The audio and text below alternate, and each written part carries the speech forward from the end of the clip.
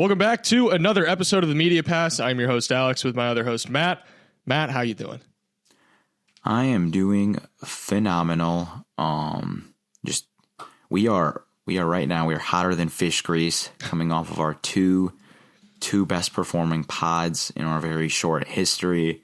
It's very promising. The feedback we're getting is very, very cool. I really like this, man. I'm enjoying it. We're on kind of a hot streak. It's awesome. I have a funny story related to the podcast, more on like a meta level, but so I got a haircut. If you're watching on video or on YouTube, I got a haircut, and it was funny because I get the haircut, and then the next day I'm checking the Media Pass analytics like I always do, just to see how like the latest episode's doing, how some of our clips are doing. And I checked the comments, and somebody left a comment that was basically like, the dude, I forget exactly what it was, but basically was saying like, Alex needs to let the hair go. It's over. And I had already gotten the haircut, and I was like, I mean, they got me because I had already gotten the haircut. Now they think you're doing it because of them. Yeah, they think you're doing it. You got them. What was it? Where was that comment left? I don't know which video it was on. It's gone now. Okay. I delete comments between you and me. I did not know that. I actually didn't know that. I didn't know that. Only if they're just like, mean. I don't delete like someone disagreeing with us, but if they're just like, oh yeah, this was nothing but just somebody being mean. I'm like, yeah. What are the mean ones they say about me? I haven't seen, you're a good looking guy, Matt. I don't think anyone's leaving a ton of hate comments about you. But yeah, I mean, I understand the comment about my hair. I had definitely let it go way too long. So I understand. That's fine. You're like, I think never mind. I've already used this analogy. We're not going to do it. We're not going to do it again. I have a lot of analogies in my bag, so I'm not going to reuse this one. Anyways, let's get to, before we actually get to the meat of the podcast, we're actually going to do our All-Star ballots, which we should have never done because the Western Conference is like ridiculously hard. Mm-hmm. Before we do that, a new thing we're doing now is if you leave a comment with a question on any of the platforms that that you can communicate with us on, Twitter, Spotify, YouTube, all that, we're answering them. Trying to get us going. Got 3 questions from this past week. First one is from Backpack Alak 4101. They said, great episode. Question: could this current OKC core win multiple championships given their youth and how early they are as other teams like Bucks age out and some older stars get rusty? Alex, since you're friends with Rusty Buckets, why don't you start? So, winning one championship is already incredibly difficult. It's been said a million times, like the amount of luck that goes into winning a championship is insane. Not just that, but like, very matchup specific stuff. Which teams did you run into? Was that team fully healthy? How does your roster, stack up to theirs? Like obviously Denver last year was like the Timberwolves were the toughest team that we faced on our way to the finals.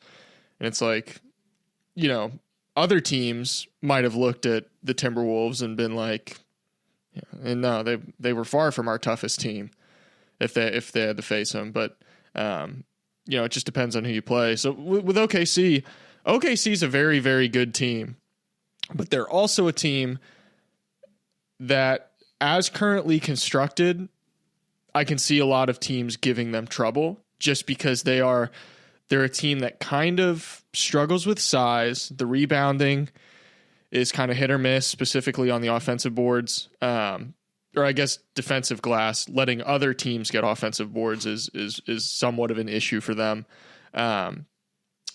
So like teams like the Timberwolves, teams with size like that, teams like the Nuggets, those are the kinds of teams that I worry a little bit about.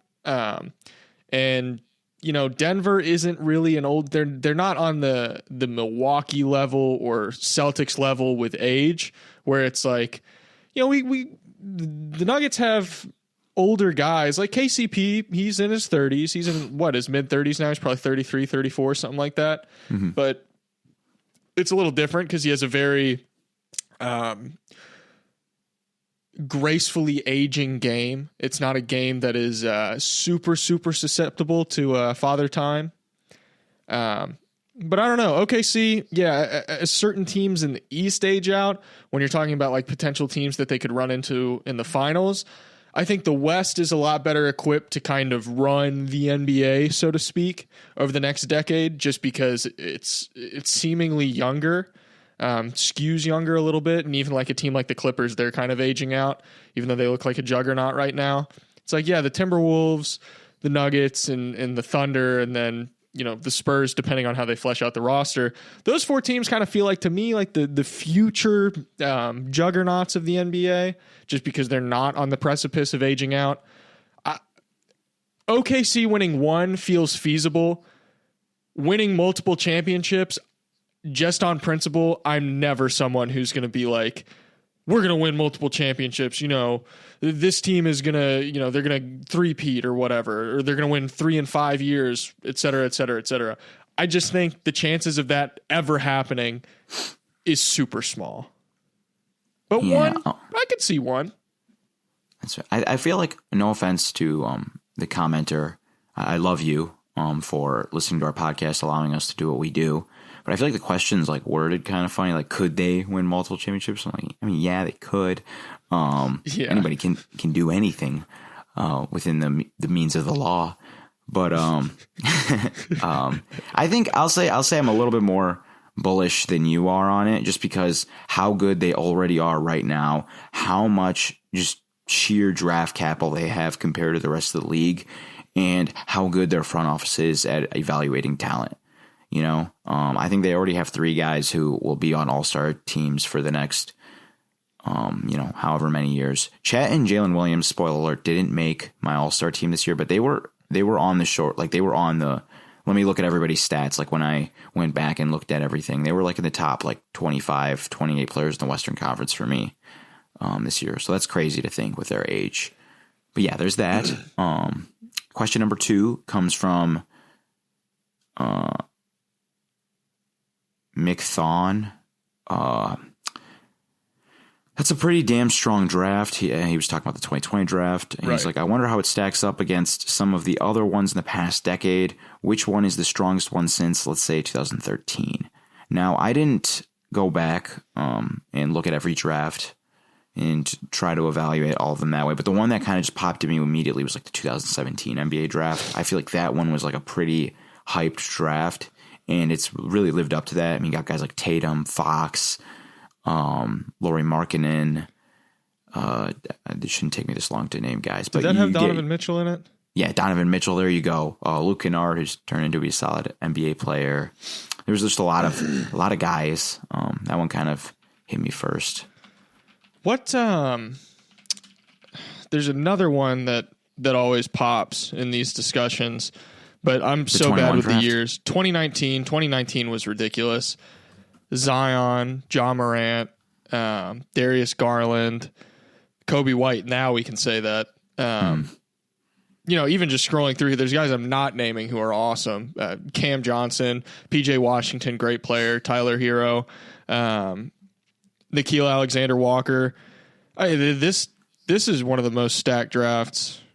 Wait, I got some. Who's in the 2017 draft? This just blew my mind, and we might talk about him today. Derek White. Oh yeah, he was. It's weird how long he's been around. Yeah, the different iterations of Derek White is an interesting case study. But anyways, and last question, so we can get into the meat and bones. So DQ Senpei said to us, questions. And then a question mark. What team has the most playoff-proof play style? Which archetypes of players perform the best in the playoffs? Well, I'll just start with that second question. I feel like the archetype that performs the best, basically versatility, usually wins in the playoffs. Because then since playoffs is so much, styles make fight. It's matchups. It's all matchup specific, right? the ability to wear as many hats as possible is just super, super valuable in the playoffs. Like an example off the top of my head, like say like Rui Hachimura and Luke Kennard, right? Like where Luke Kennard's like one of the best shooters in the NBA, but I would always take Rui Hachimura in the playoffs over him because while he's not as good of a shooter as Luke, he does it well enough where it can be considered a skill. And then he does so many other things. He can wear so many other hats. In terms of specific team, I'd probably say it's the heavy hitters, the Celtics and the Nuggets have the most kind of pitches they can throw at you with their starting lineups just being super versatile. And yeah, that's kind of where I am. Yeah, I'd also throw the Clippers in there.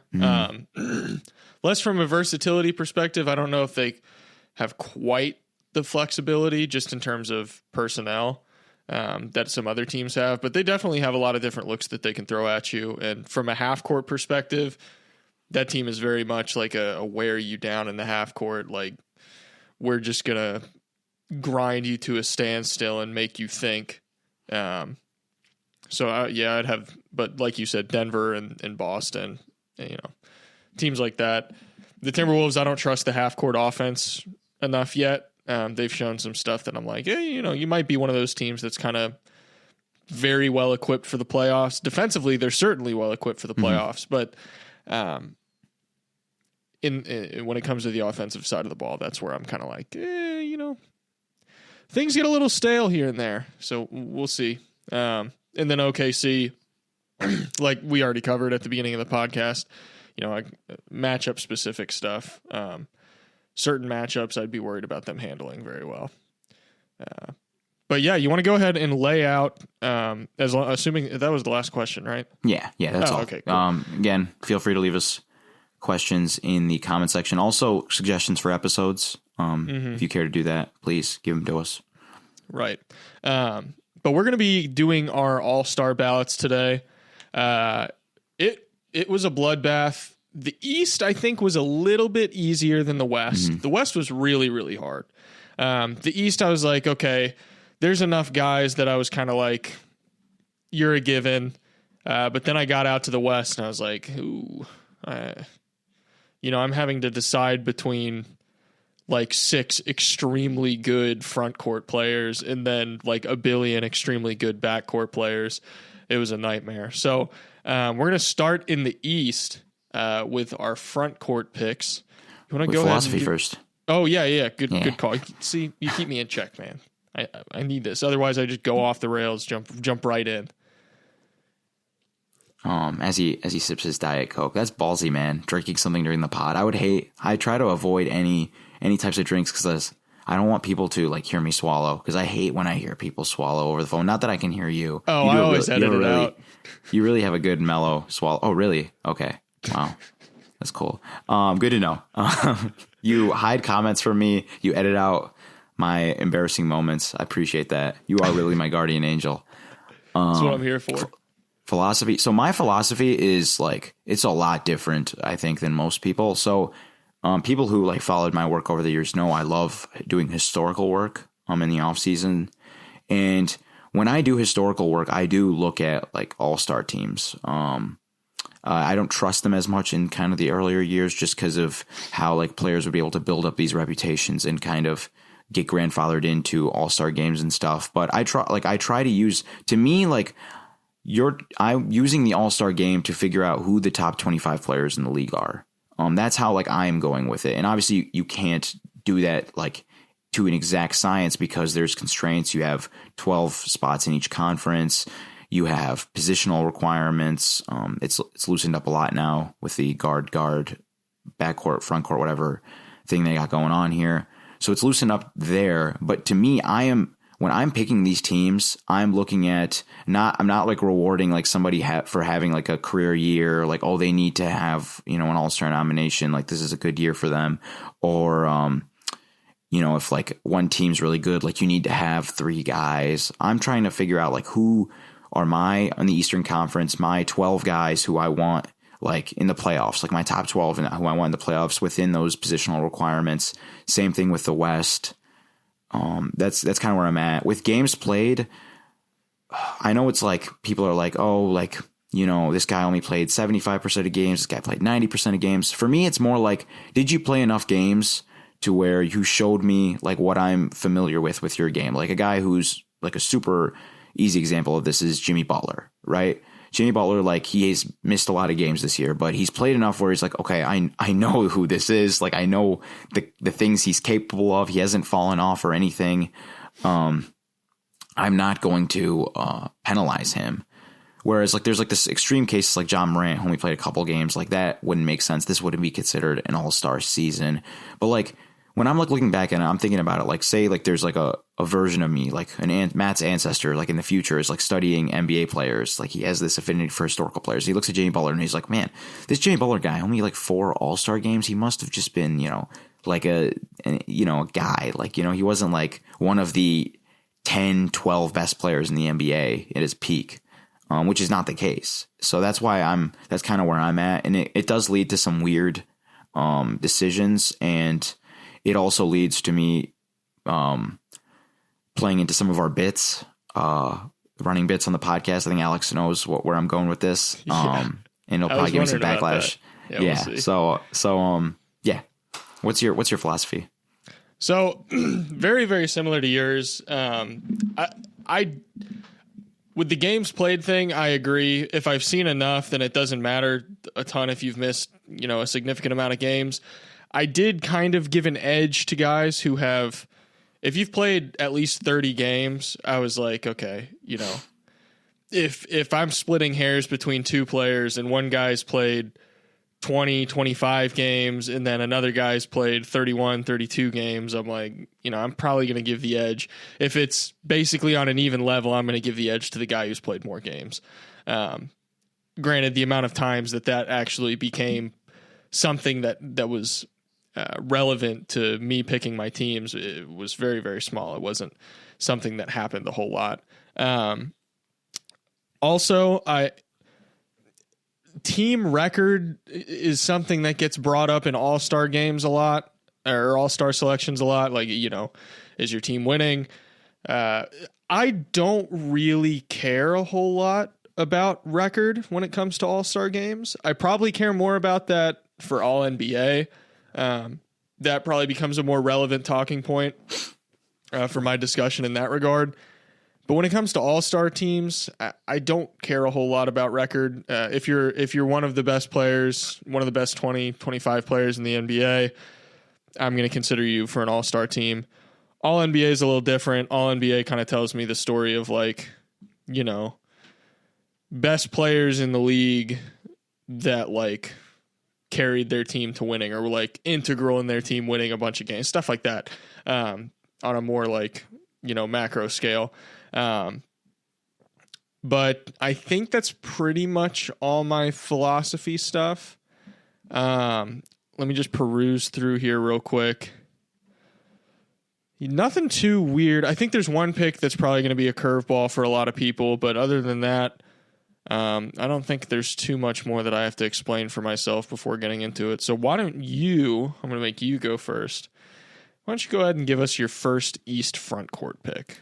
Which I feel like we definitely both have the same one. Yeah. So should we just, because I feel like there's 3. I feel like the East front court is like pretty. Put it in pen. Like if it's any other front court, like I wouldn't even know what to say. Yeah. But I got Joel Embiid, Giannis Antetokounmpo, and then Jason Tatum. Is that your front court? Yeah, that's mine. Okay. Cool. Nice. So. Now let's get into this. You want to do the backcourt now? Starting backcourt? Yeah, let's knock those out. This we might differ a little bit. We'll see. I don't think so, but I feel like there's one guy who's kind of differentiated himself this year. He's proven that he can orchestrate dynamic offenses. Has some defensive awards. Still not battle tested in the playoffs, but.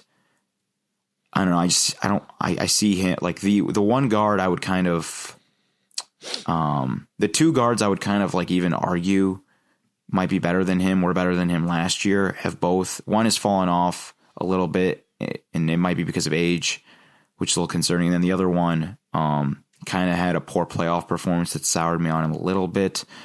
But anyways, the guy I'm talking about here is Tyrese Halliburton. I have him not in pen, but like I'm really pressing on that pencil ink. Like the lead. I'm pressing on the lead when I write his name. Like I'm not planning on erasing that. Yeah, I've got like the mechanical pencil, and yeah, I've had to like click it multiple times because I keep breaking the lead because I'm pressing so hard. Yeah, exactly. I forgot people don't use wooden pencils anymore. Yeah, I don't think so. So Halliburton. Do you use wooden pencils? No. Okay. I'm still a student too, man. I actually, I still take hand notes when I'm doing schoolwork. This is an interesting question. What's your go-to pen? My go-to pen? It's like the color or like the brand? No, like type. Do you have a preferred brand or model? No. My dad's like a notorious guy. So my dad, he doesn't bank at Huntington, but for some reason we have like 50 Huntington pens. So I guess that's my go-to pen. Whatever they're giving away at the kiosk over there. Okay, fair enough. In college, I was loyal to the Pilot G2. That's why. At Louisville. Yes, at Louisville. Yeah. So Halliburton, I think he's probably. It's kind of crazy to say this, but like right now, like in the playoffs, he's probably the Eastern Conference guard I'd want the most. Right over the other guy that I think is probably close to being a shoe-in. Oh yeah, okay. So should I just tell you my second guy then? My other his running mate. Yes. I was thinking it's Donovan Mitchell. Ooh, you don't like that? So Donovan Mitchell is on my backcourt for the East, but I had Jalen Brunson. Oh, he was the third guy. He's my third guard. Okay. I think they're interchangeable, second and third. I might have Donovan Mitchell over him, just because the Cavs have been killing it lately, which has gone very under the radar. Like Cavs have been on that Cavs beat. Good. I've been on the Cavs beat. Look at our earlier pods. I'm on their beat, man. I told you they get feisty. Yeah, they're cooking lately. Little sneak peek. I have another Cleveland Cavalier on my ballot. Anyways, Max Strus? No. He deserves some sort of recognition. That would be wild. He's shooting like under 40% from the field. It doesn't matter, dude. The defense, the screen navigation is incredible right now. Fair enough. So the reason I picked Mitchell over Brunson is, again, I'm thinking about like playoffs and stuff. Mitchell's actually had like a really under the radar defensive season. His steal rate, block rate looks pretty good. I know he plays a lot of minutes. Yeah. He plays a lot of minutes with Allen and Mobley when Mobley's healthy, and that obviously helps. But he's just like, he's long. He's like strong. That's just why I kind of gave him the nod over Brunson. It's just a little bit harder to pick at him. So yeah, but Brunson was my first backcourt guy off the bench. I think he's been awesome this year. I'd take him over any other guard we haven't mentioned yet. He's so in control.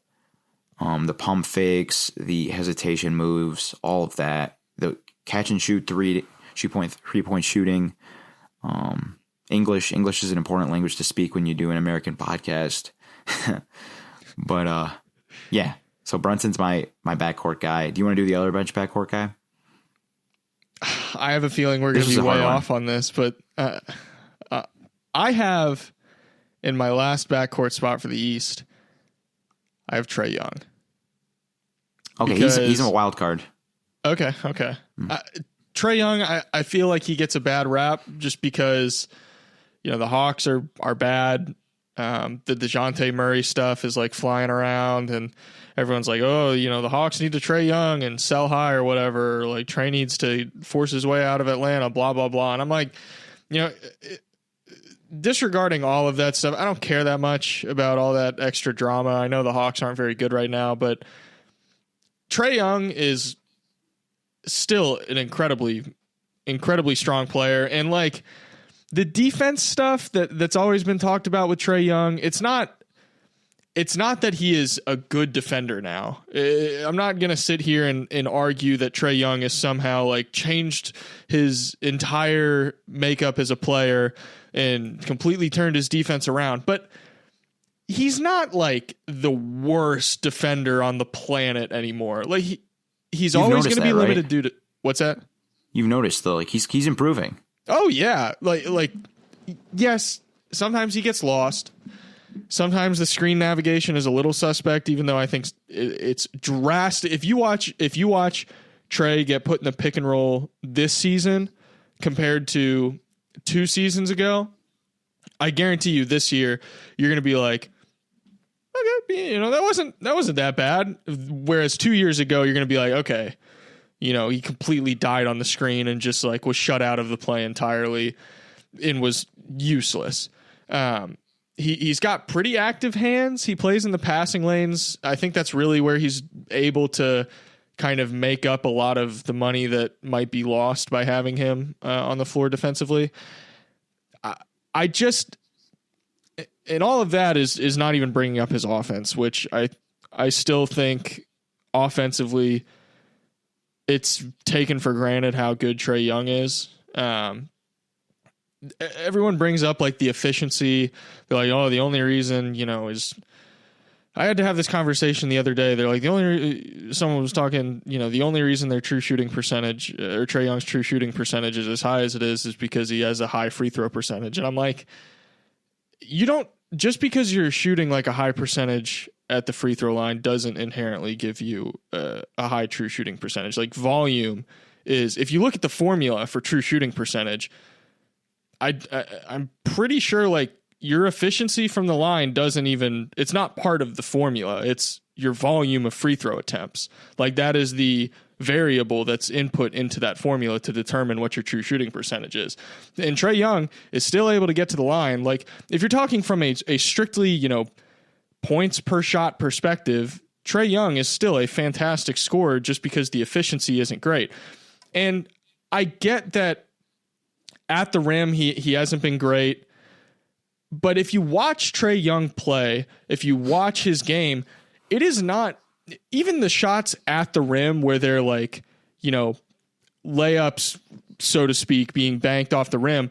Sometimes those layups are going up well outside of the restricted area or well outside of the paint. It's like they are not traditional at the rim shots. So saying that he's a bad finisher doesn't always track with me because I'm like, when I think of finishing, like I'm thinking like at the basket, like your hand is there. Like, do you have the touch to get that shot to fall when you're right at the basket?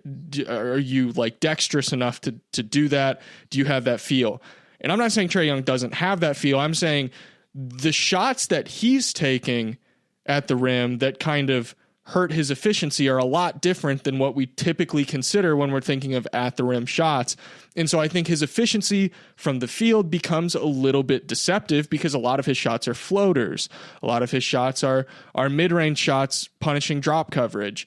And then obviously the 3-pointers. I think Trae Young is a player where if you look at his efficiency just from a box score perspective and a like by zone perspective, it's not going to look good. But if you watch him play and you watch how he scores, it's like, okay, those numbers make way more sense.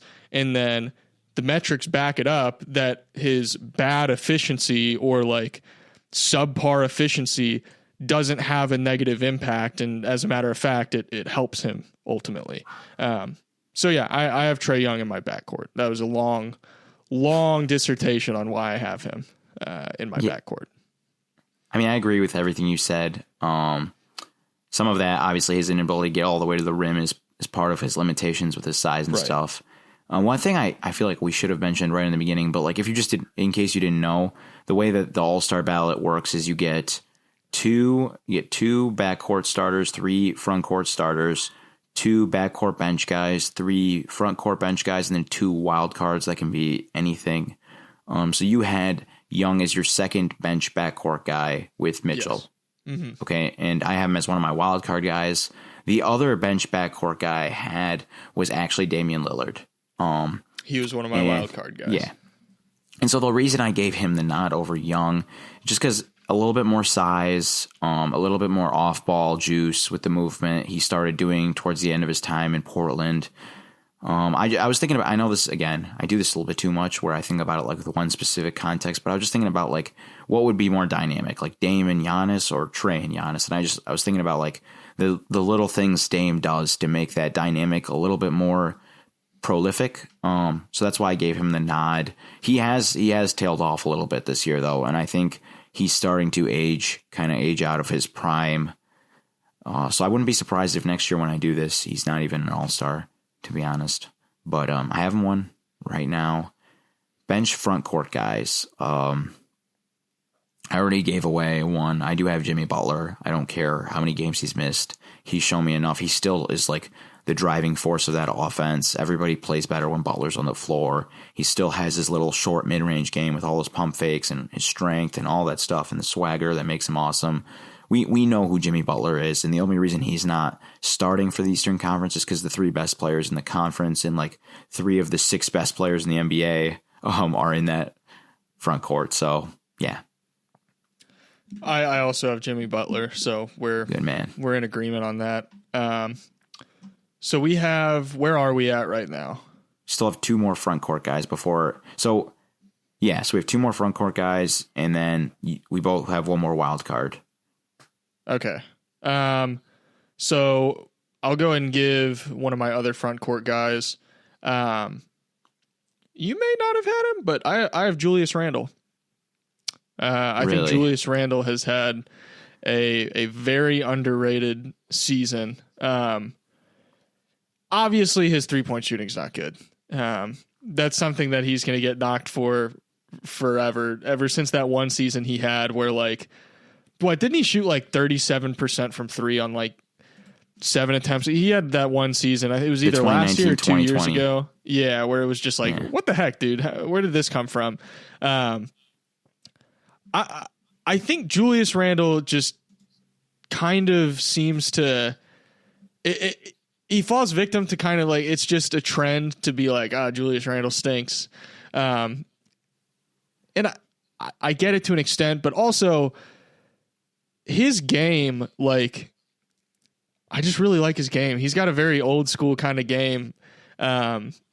He plays like some bully ball that I think is really fun to watch that you don't really see a ton out of a front court player nowadays. Like now it's all very like finesse based and, you know, I just think Julius Randle, it's like, this guy is, you know, he's a power forward. He's a legit power forward, but he, you know, 6'8", he's just backing guys down.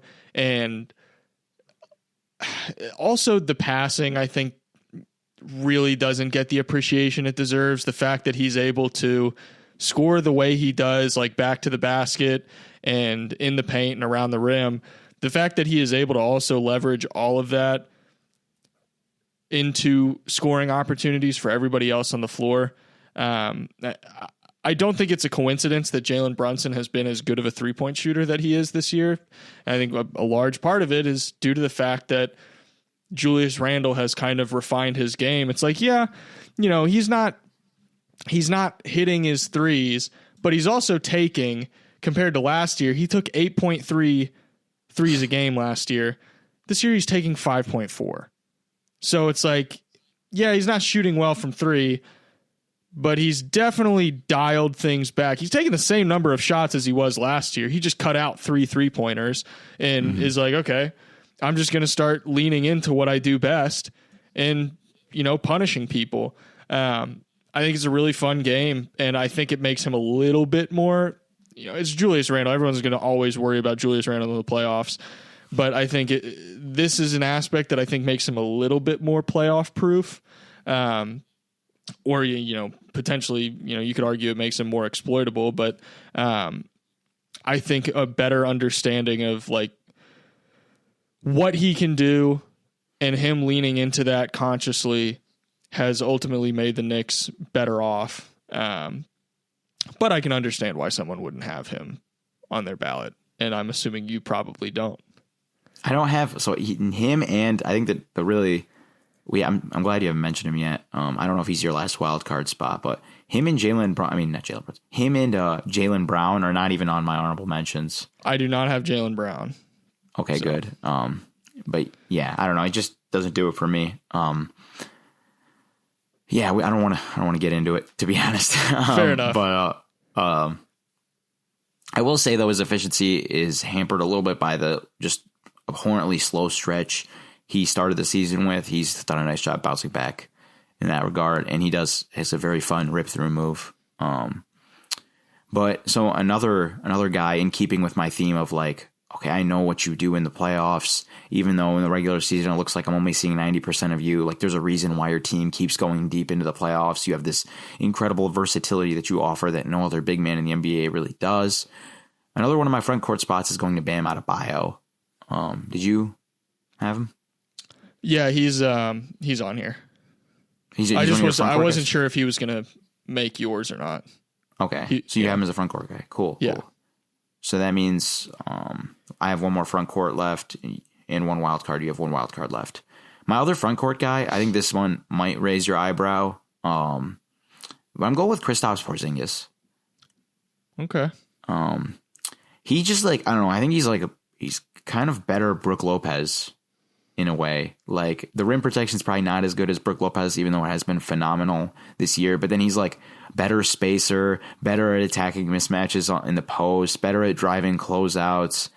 And like, I think Brook Lopez is like, he was on my like big list for this, right? And I think he's like a top 50 player in the NBA still. So if like, I think he's better Brook, like I would say he's like very, very like fringy all-star on the weaker conference. I think if he was like, if I could put West guys in the East, he'd be one of the guys I kind of take out. But I think he's had a phenomenal year, even though he's missed games. I think he's probably Boston's second most important player outside of Tatum, with just like his ability to, again, be a phenomenal rim protector, but also space the floor is just, it's huge. Yeah, that's what I'm going with there. So that's my front court.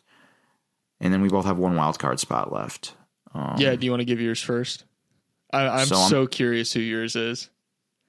I'm gonna maybe JJ Redick put this in the air. Maybe he led me to believe this way, but I love me some Derek White, man. I think he deserves the flowers this year. I would say, just again, going back to, if we're thinking about the playoffs and versatility and being able to do all these things, Derek White could do everything, man. He's like one of the best perimeter defenders in the NBA. He can play on ball. He can play off ball on defense. On offense, he can play on ball. He can play off ball, shooting over 40% from threes, and 90% free throw shooter. So it's not fluky. The guy can shoot. He can drive, attack closeouts, play in pick and roll, be a screener, be a ball handler, just like super versatile. I know he's in an incredible situation in Boston, but like that, like skill set, like imagine like the Celtics swapped with the Hawks, and they got DeJounte Murray, and the Hawks got Derek White. Imagine how perfect Derek White would be with Trae Young. You know what I mean? Or any like ball dominant guard in the NBA. Imagine Derek White play with Darius Garland. Imagine he played with Donovan Mitchell. You know what I mean? Like it fits so perfectly. And again, if I could take West guys and put them instead of East guys, like I don't think Derek White's a true top 25 player in the NBA, but based on these constraints, I'm willing to make him the 12th guy in the Eastern Conference. Do you also have Derek White, though? You're looking at me. I did not have Derek White. Is he honorable mention? Dan is going to let you hear about this. I tell you what. Oh, God. I have Tyrese Maxey as my last wild card. Okay. We've talked so much about Tyrese Maxey. We don't need to give a whole dissertation. No. I love Tyrese Maxey, but also acknowledge that a lot of people kind of aren't exactly honest about some of the stuff that he's deficient in. But that being said, I think he's done enough to be an all-star this year, even if he did kind of cool off a little bit from that super, super hot stretch at the beginning of the season. We don't need to do 10 minutes on Tyrese Maxey. But you best believe Dan's going to be. Oh, I will. I'll get it. He's going to be coming for you. I told you I had to keep running with the bit. A couple of honorable mentions. I think if Pascal Siakam was on a better like roster construction for the first half of the year, I think he'd be in serious consideration. I think if we saw him on the Pacers like for the whole first half of the season, like we'd probably be like, okay, yeah, Pascal Siakam's probably like all-star level player. Drew Holiday, another guy to me. I think he's had a really good year. The only thing that that was kind of slowing me down. He's taking on all these tough matchups on defense, guarding centers now, which is pretty cool. But also a great pull-up shooter still. But his efficiency is like super low for being like the last guy in the Celtics like offense, being like their fifth option on offense, which is kind of concerning. And then teams are starting to hide guys on him. That's a little worrisome, but I think he's right on the fringes of it. I had Franz Wagner was an interesting one to me because I feel like I wanted to reward Orlando. I think Franz is better than Paolo in my opinion. But the 3-point. So the thing is, like, usually if like the only thing stopping me was 3-point shooting, and like I know they have like good 3-point pedigree, I'd probably let it slide and just be like, okay, they're going to regress the mean. But the thing is, I've never seen like an all-star version of Wagner with his 3-point shooting. You know what I mean? Like I've seen him hit 3-point shots in the past, but it's been like when I haven't viewed him as like in contention for all-star caliber. So I was like, you know what? Let me hold off on that. And there's a lot of other good guys here. Darius Garland was another guy. Injuries, I think, and he's looked off this year. And then I know I said I don't really care about games played, but LaMelo's just missed so many. Even though I think he's looked like an all-star. Completely. Yeah. I would have definitely had LaMelo just based off what we've seen this year, but like you said, there is a certain point where I'm like, you just haven't played enough. Yeah. But as far as my kind of honorable mentions or guys that I wanted to give a nod to, a lot of guys you mentioned, I was in the same boat. Jarrett Allen was one that I really flirted with. He was on my long list. Yeah, I really wanted to put him in there. I think he's had a mid-range leap. He can shoot mid-range shots now. Like even if some of them are just kind of push shots, he's stretching out to the free throw line a little bit and like actually hitting like, you know, standing jumpers. Like that's a thing he does. Also him and Max Strus. I tweeted about this yesterday. If I asked you who has assisted Jarrett Allen the most this year, your gut reaction would be Donovan Mitchell or Darius Garland, but it's Max Strus, and their 2-man game is sick. I was watching it because I got on PvP stats and I was looking at some assist networks that they have on there, and I got to Jarrett Allen and I was like, what the heck? Why is Max Strus assisting him this much? Like what are they doing that's resulted in this? Like, do they have specific sets that they're running for these two? And it's like, yeah, they like run a crap ton of pin downs, Chicago actions, like tons of DHOs, tons of empty side pick and rolls. I'm like, when did this start happening? So I really wanted to like be able to come in here with some dissertation as to why Jarrett Allen deserves to be an all-star. But, you know, the competition's so high, I couldn't do it. Scotty Barnes was someone that I really wanted to have on there. But there's some of those other guys who, if I had to take somebody off, honestly, sitting here thinking about it, I might take off Julius Randle and put Scotty Barnes on my ballot. Actually, I'm going to call an audible and I'm going to say I'm going to turn Julius Randle into an honorable mention and make Scotty Barnes my pick. You heard it here, folks. Yeah. I also think Scotty Barnes' defense this year is super, super, super underrated. Like he, most of the time, looks like, I'm not saying that the Toronto Raptors are some incredible defensive team, but most of the time Scotty Barnes looks like an all defensive level talent. Not necessarily that like they're playing all defensive, you know, all world defense at all times, but Scotty Barnes generally looks like an all defense caliber player. So I'll give him a nod. Paolo was one that I really struggled with, because I know a lot of people are going to have him on their ballots. I'm sorry, but like, and I love Paolo, but 6'10" and under 50% from two, I can't do that. Mm-hmm. I'm sorry. Like if you're 6'10", and I love his 3-point game. Like he's one of those guys who like you have 3-point like all-star pedigree. You can do that, but inside the arc, I don't love his shot selection. I think he kind of has somewhat of an unhealthy obsession with the mid-range at times. And so I don't know. I was like, if I'm gonna have, I'll say some of that. Sorry ahead. to cut you off. I'll say some of that is Orlando's spacing situation. Yeah, for like sure. He's seeing so many bodies when he tries to get in there. But he does give me he's a little too much like Julius Randle for my liking, stylistically. But his defense has improved this year. Definitely. Seen a little bit more passing. I like him still. He's still like my top 50 guys like in the NBA right now.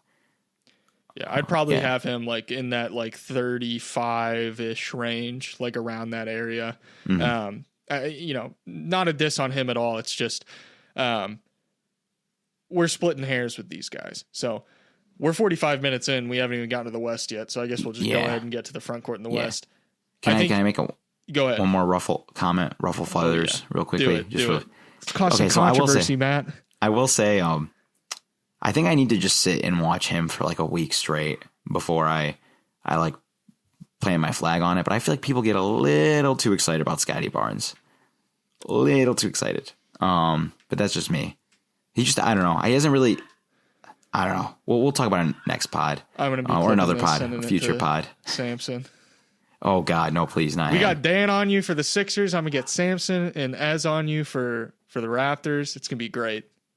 We're just having a group chat of people yelling at you. Now onto the West. I feel like there's 9 guys. Okay, we'll talk about how to sort them. But there's 9 guys like that I feel like you could not, under any circumstances, leave off of the Western Conference All-Star team. Should I just go ahead and name them? Yeah. I'll tell you if there's anyone that I don't have, but we should be in alignment. 1, Nikola Jokic, Kawhi Leonard, Anthony Davis, Luka Doncic, Stephen Curry, Shai Gilgeous-Alexander, Devin Booker, Kevin Durant, and LeBron James. We are in alignment. Okay, I feel like there's no world where you can leave these guys off. Now, should I just name my starters? Can you tell me what you think? Yes. Okay. So my front court is Kawhi, Davis, Jokic. And then my back court, I feel like you're going to disagree with this. I feel like I'm going to get a little homer out of you, but I'm going to go Curry, Doncic. What is the rationale for Steph over Shai? It's that I'm more so playoff curious focus what again. your rationale is. Yeah, so it's that playoff focus where it's like I know like this Steph Curry, like the danger of Steph Curry, you don't blink, you'll lose him. He's gonna destroy like your entire defense. Steph Curry pick and roll is still like this dynamic thing, like all the things he's done to kind of strengthen his body, improve his finishing. He still looks incredible, where like we still haven't seen Shai as a number one option in a serious playoff team yet. And I still am curious to see how teams will exploit his 3-point shooting. Yeah. I don't know. I think Shai's defense this year really put him over Curry for me. I think Shai's defense has been fantastic this year. I've seen him put in some defensive conversations that I don't necessarily think he belongs in. And then scoring wise, he's the 3-point shooting. Yeah, I'm definitely a little concerned about that, but I don't know. He doesn't attempt enough threes for me to like get too concerned. And then also just like in general, he's stupidly efficient for the amount of shots he's taking and the difficulty of shots that he's taking. He really has no business being as efficient as he is, yet he is still efficient despite that. And obviously with Steph, some of his, woes this year, his team isn't doing him any favors. Shai benefits from having a really great team around him. And Steph doesn't really have that benefit right now. But I got to reward Shai for, doing what he's doing 2 years in a row now. And he's in the MVP conversation for a reason. I think that's not, necessarily just like a narrative thing. That's like, no, he's in that conversation because he is that good and he's been that good for so long now over the course of 2 years, 2.5 years, if you want to include kind of the later part of that tank. I would have a really hard time. Maybe it's a little bit of bias, but I would have a hard time not having him as a starter. But Steph is the first front backcourt spot off the bench for me. Okay. So my thing is, like, if somebody asked me to make like rank the players in the NBA right now, like, would you put Shea over Curry? Like, if somebody said, "Hey, what's your top 10?" Your dad asked you. I mean, based just on this year, yeah, I would have Shea over Curry. I think Shea has been a better basketball player than Curry this year. But the thing is, like, I don't disagree with you there, but like, I guess the way I do it, the kind of calculus I'm doing in my head is like, I'm like, if I've seen enough of you this year to know that you're not too far off from what I've seen in the past, like, I'm just going to assume that you can dial it up when necessary. Like, Curry can go back to being who he was against the Sacramento Kings last year. And that version of Curry was better than this version of Shea to me. The only thing with Curry is I have been a little concerned at times with his tired legs. Like, he looks like, I'm not saying that like he looks old or that he's washed or anything. I'm just more so saying that like there are times that you can tell he's playing on very tired legs, and part of it, he doesn't have a good enough team around him to get enough rest to where he can, play those minutes or rest those minutes that he, maybe normally does. So, he has to play on tired legs. But I just feel like I haven't seen the Steph that I'm used to this year. I don't know. It's been weird. It's weird having this discussion is weird just because Steph is Steph, and we've been saying what we've been saying about Steph for so many years now. It's like, it's kind of uncharted territory with him at this point in his career where we're like, oh, he hasn't kind of been up to snuff. He hasn't been Curry so far. But that being said, I fully believe he can dial it up. I don't disagree with that at all. And you having him as a starter over Shea, it's not like there are far more egregious takes that you can have. It's not one that I'm going to like. I thought you were going to say that you've had. I'm like, no. Really? No. I'm not going to take you to court over that one. So you have the other four though. You have Doncic as your other backcourt guy. Yeah. You had Leonard over Durant. Yeah. Okay, good. Wait, I was there. Did you have Kawhi? Yeah, I had Kawhi. Kawhi was my guy. Okay, cool. Yeah, and then Davis, Jokic. I think Davis has been so ridiculously good this year. Oh, he's like in the 98th percentile in minutes played too. It's crazy. Yeah, he's not doing that thing this year that I feel like he's always done, where like, last year Anthony Davis would fall down. I'd be like, he's out for the season. And now, one, I feel like he's falling down anymore. Less, and two, he'll fall down and get right back up. He doesn't spend 10 minutes on the ground. I'm like, oh, cool. Yeah, he just seems healthy this year. He seems like he's a very healthy player. It's like him and Tua have the same trainer, the guy who taught Tua how to fall.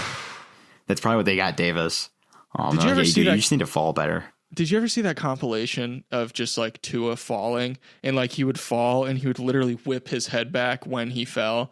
It was it's like you're not supposed to fall like that. It's like, to an extent, there's only so much you can control when you fall, but like it was one of those things that like you don't have to do that, and you shouldn't be doing that. What is this is more on the Davis front, but what was that nickname Charles Barkley gave him? He's like, I call him blank because I always see him like in street clothes. Street clothes, yeah. The nickname was street clothes. Okay, he's like street clothes because he's never playing. Oh, that was too funny. Yeah. So that's our starting five, and then we talked about. I mean, James. LeBron looks awesome, and there's no way you're keeping him off of one of these. Not that I would even argue it. Devin Booker has looked really good to me this year. He looks really sharp. I just think the only thing is the Suns are asking way too much of him. Like, they want him to be their like lead ball handler, also their best perimeter defender. And I'm like, just give the man a break. But he looks, I've always been kind of low on Booker, like compared to consensus. Like, I thought a couple of years ago when he was first team All NBA that was bound to look poor in retrospect. It did age poorly after what the Mavericks did in the postseason. But he looks like the guy that people thought he was like 2 years ago, like super decisive, super in control, super strong. Yeah, he's awesome. I'd argue he might be better than Durant at this point. I'd argue that. I mean, that's another one of those, like, on a different kind of, scale. that's another one of those like kind of Shea Curry kind of things where like Kevin Durant's Kevin Durant. We kind of know Kevin Durant can be Kevin Durant if he wants to. But like Devin Booker, it's like, yeah, Devin Booker right now is playing better basketball than Kevin Durant. I think I would agree with that. Also, I didn't realize this because I mean, I don't care a whole lot about stats are a somewhat nebulous thing when it comes to the All-Star discussion, because at a certain point it's like, okay, like, you know, the difference between a guy averaging 30 points per game and a guy averaging 28 points per game, it's like, I don't care that much. It's like, that doesn't matter to me. At that point, anything over like 25 points per game, I'm like, yeah, you guys are scoring a lot of points, and you would probably be scoring a lot of points if you were taking as many shots as the guy averaging 30. It's like a lot of times scoring stuff like that is contextual. Even assist numbers are contextual, but as much as I don't care about stats that much when it comes to the All-Star discussion, Devin Booker's averaging almost 8 assists per game, which like, if you had told me when he got drafted that Devin Booker would get to the point where he'd be averaging 8 assists per game, I would laugh at you. I'm sure you knew a lot about him when he got drafted. I'm sure you knew a lot about his game. I was a UK hater back then. Yeah, so yeah. I've turned into more of a UK fan, honestly. If I'm being 100% truthful, I married a UK fan, so that's her fault, not mine. So all my Louisville peers from back in the day, sorry. All like 2 of them that are probably listening to this. There's more than that, man. We're up there in listeners. I wouldn't be surprised if some of the guys we're talking about are listening now. Okay, so that means you had Curry and Booker as your 2 bench backcourt guys. I had Shea and Booker. Durant and James are 2 of your front court guys. They're 2 of my front court guys. Should I give you my front court guy, or do you want to give me yours? Give me your front court guy. This is the one that I was like, I don't know. Yeah, so this was a crapshoot. Crapshoot of epic proportions. This is where things started to get really dicey. It's like, because there's like, I started to look at this Western Conference. I'm like, man, like, there's guys that I called, like, I've written in my notes, like my notes on games, that this guy's playing at an all NBA level, and I have to leave him off of the All-Star team. But yeah, so my last front court spot might be a little bit of recency bias here, but the more I like think about his game, I wrote some stuff about him like a month ago before they even went on this hot streak. You can go find that. But Lauri Markkanen. Is Lauri Markkanen on your All-Star team? Lauri Markkanen is on my All-Star team. Is he the last front court spot, or is he a wild card? He is a wild card. Okay. I wonder if, I don't think you'd put him in, but yeah, I mean, Lauri's I know who you're thinking of, I think. Lauri's We'll see if he comes up. He may or may not. Let's continue. I hope he does. I want to talk about him for a second, but Lauri's he's awesome, man. He's like 7 foot Steph Curry, man. His gravity, the movement, the mismatches he creates with his size, like you can't chase him around a screen, because if you lose him and you give him just a little bit of space, he's going to hit a jumper on you. You can't go under on screens because he'll just flare out and hit a 3. You can't switch on him because chances are the guy you're switching on to him is smaller than him and he will just bully them. His drive game is improving. He's not a good passer, but he's like, I've realized like he can fit with any on-ball creator, but the on-ball creator doesn't even need to be that good at creating, because like he creates so much offense off the ball. And then on defense, he's not like Dirk Nowitzki, where he's like super slow footed and he can't jump. Like he's incredible, like not incredible, excuse me. Please disregard the word incredible. He's a good defender. Like he's huge. He protects the rim well. He moves his feet solid. He plays a lot of effort. Yeah, I think he's awesome. I think he's one of the 22 best players on the planet right now. But yeah, he was my last front court guy. Who is yours? I would just like it on record that I am completely splitting hairs between these guys. This is all splitting hairs. And actually, philosophically, I like the adjustment that I'm going to make here. I'm going to have Lauri Markkanen as my other front court spot, and then my other two wild cards will make more sense together. Who's your first wild card spot? Okay. Wait, I feel like are both your wild card guys on the same team? No. Okay. So you didn't pick him then. We'll talk about him later. But one of my wild card guys, this one was the easier one of all of them. I think Jamal Murray, I forget the games missed, like he needs to be an all-star. Like we've seen it now in the postseason, like what he can do, the dynamic between him and Jokic. He doesn't get picked on. He's big enough, strong enough. He was guarding Jimmy Butler in the post in isolation. They didn't need to send help. Like the fluidity of his movement, shooting, he could play on and off the ball. He could run the offense when Jokic isn't on the floor. Super, super good passer. I think he's better than any of the other guys I was really considering for this spot. So yeah, I think he deserves to be an all-star this year. I'm good with that. So for the wild card spots, this is something I'm still confused about. Mm-hmm. Is there a wild card spot for both front court and back court, or is it just like anything, regardless of? Okay. Mm-hmm. That's what I thought. It was just like, it doesn't matter. There's no like requirement. Which it doesn't matter what you say. That is a good pull. Thanks, man. I have the references. Yeah, my wild card spot, or one of them, is Paul George. I think he was close. I think I like your Jamal Murray pick because I do think it's kind of wild that he, it makes sense if you look at it in the context of each season. It makes sense why Jamal Murray has never been an all-star.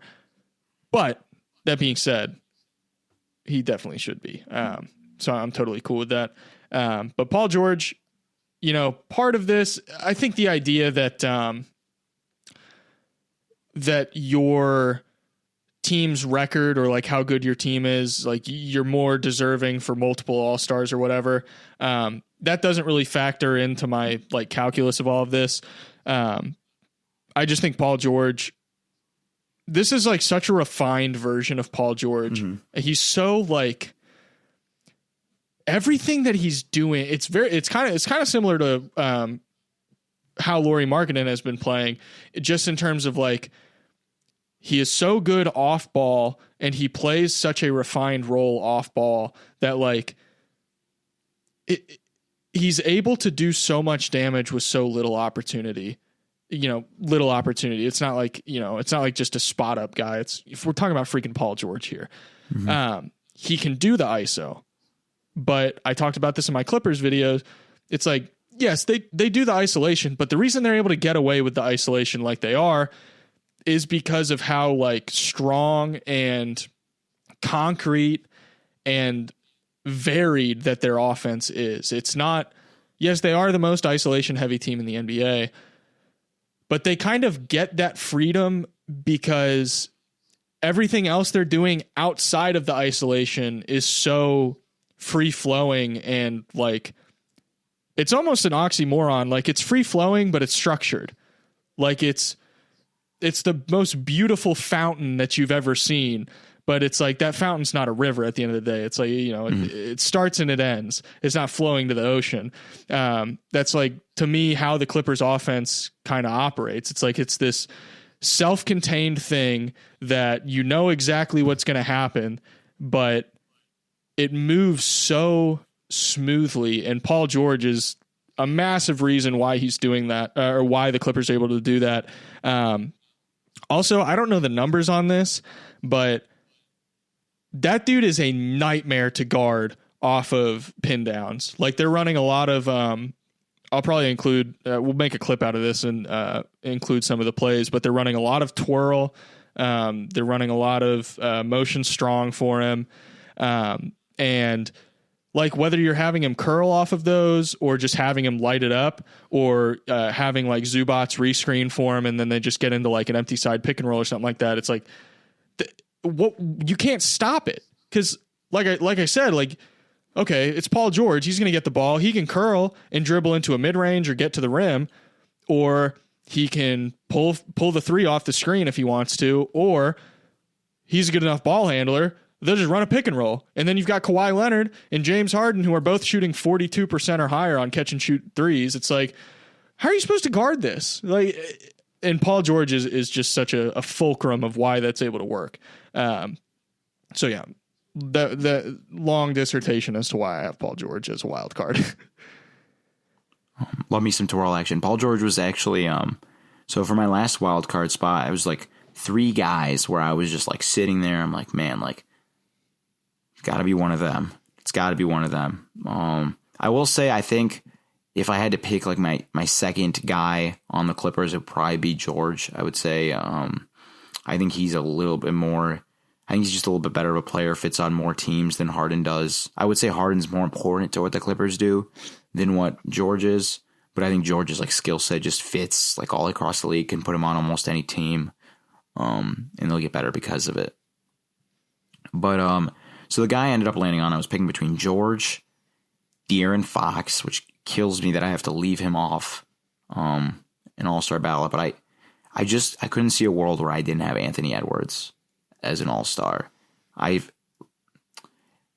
So he handles just as much volume as a scorer as Fox. They're similar efficiency, handles more volume than George on less efficiency. I'd say he's about the same passer that George is, a little bit less of a passer than Fox is. I would say on defense that he's a better defender than Fox because of his size, his athleticism. I would say that George is more consistently the better defender between the two because just more institutional knowledge, more size. But I think Edwards can dial it up more just because of how athletic he is, how intense he is. And I'm just like, so I'm going back to the playoff thing where I've seen Edwards hit another level, hit another gear where he's able to like masquerade as like a top 10 player in big moments. Whereas like George, I haven't seen that. And as he's getting older, factoring in a little bit of the injury part of it, a little bit of like, the underwhelming playoff performances at times. I don't know. I like Edwards just a little bit more. I think George and Fox, like if I could take out Kristaps and Derek White, like and put them in the Eastern Conference, I would do that. There's probably 1 or 2 other guys I think in the West that we're going to talk about as honorable mentions that I would do that as well with some of the other guys in the East. But yeah, I think Edwards needed to be an all-star this year. Yeah, You don't have Ant? No, I also have Anthony Edwards. Okay. The only thing that like I'm like heartbroken about is De'Aaron Fox because I want him on there so bad, and I think he's a weird situation because depending on how the rest of the season plays out, like I could see. I'm not necessarily saying it's likely, but I could see a world where De'Aaron Fox like ends up making All NBA third team, but wasn't an all-star. Yeah, just because like he's been so good, but the way, like you said, if Derek White and Porzingis were in the West, then we're probably having a different discussion right now. It's like I think De'Aaron Fox suffers due to the like structure of the All-Star game. Anthony Edwards, like you said, I mean, dude, I was watching Grizzlies versus Timberwolves last night, and like the second and third quarters, I was like, Timberwolves are going to do the Timberwolves thing. They're going to sell this game. They're going to, vomit all over themselves. This is on a collision course with disaster right now. That fourth quarter rolls around. I saw Anthony Edwards get a mismatch on Xavier Tillman and just like drains a step back 3 in his mouth. It goes to commercial break. I'm like, it's like, they're not losing this game. And then Ant proceeds to make like 3 straight incredibly difficult buckets. Like none of them were just like, he got, I think like the last one on the run that he went on, he got like an open lane to the basket and Luke Kennard was the low man. And like Luke Kennard, like you could see him kind of pretend to slide over to the dunker spot. Like he's going to give help. Decision. Yeah. And Ant just yams it. I was like, that dude, when he decides, and I think we say this about a lot of players, and especially young players. I think with older players, they kind of have that like maturity to do the thing where they're like, we're not losing this game, and it doesn't get out of control. It still remains very, very controlled and it has a maturity. And Anthony Edwards still is so young that like sometimes we see him flip that switch where he's like, we're not losing, and it gets out of control. But last night it was like, we're not losing, and he just did everything right. Like he was making some really good passes too, to Gobert. He actually like placed one that was like so good that Gobert was able to take like 2 or 3 dribbles in the paint that were like such clean dribbles that the Grizzlies had to foul him to stop him from like doing what he wanted. I was like, dang, 1, the placement was really good. 2, holy cow, Gobert was able to handle that perfectly. I don't know. He's really like starting to round himself out as a player. It's so hard not to have him on here. 3 things about that. 1, I actually got to watch the Timberwolves live the other day. They were in Detroit. Watch them. That was fun. Thing 2, guy like Fox, like if we were making I think one of my goals for this podcast is we're going to do top 25 at the end of the season. Just a heads up, Alex, you're looking at me like, good to know. We're doing good to know. I want to do that. And like a guy like Fox he'd be in the top. That's the funny thing. He'd be in my top 25 players in the NBA. And that's like the weird part of the All-Star. And another thing I was thinking about, we just did our pod last week and I drafted Anthony Edwards with the first overall pick over Tyrese Halliburton. And Ant is the last guy we're picking in the West. And Halliburton's an all-star starter in the East. And I'm just like thinking to myself, I'm like, yeah, Ant would easily start in the East. Oh my gosh. Yeah.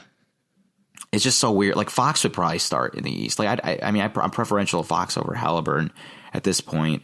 Another thing, by the way, just one thing I dinged Fox for just a little bit is he's shooting ridiculously well from pull-up threes. It's just like at a rate we've never seen him do before. So I'm like, this is going to come back down to earth, right?